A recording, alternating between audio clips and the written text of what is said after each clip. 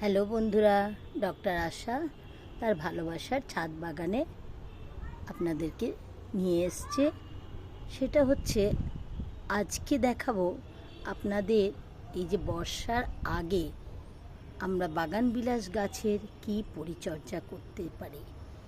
এই গাছ এমন একটি গাছ যেটি না থাকলে ছাদ বাগান পুরো অসম্পূর্ণ। কারণ হচ্ছে এই গাছের কোনো সেরকম মেনটেনেন্স নেই, কোনো খরচা লাগে না। কারণ হচ্ছে এ গাছ সেরকম কোনো পোকামাকড় এর আক্রমণ হয় না, আর প্রচুর যে খাবার দিতে হয় তাও না।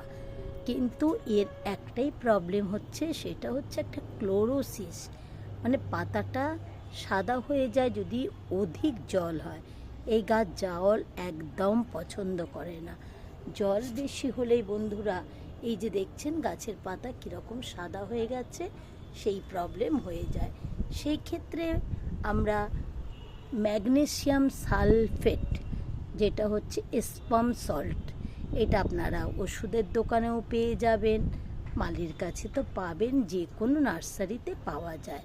সেক্ষেত্রে আমরা 2 গ্রাম 1 লিটার জলে গুলে 10 দিন অন্তর পাতায় এবং গাছের গোড়ায় স্প্রে করে দিই।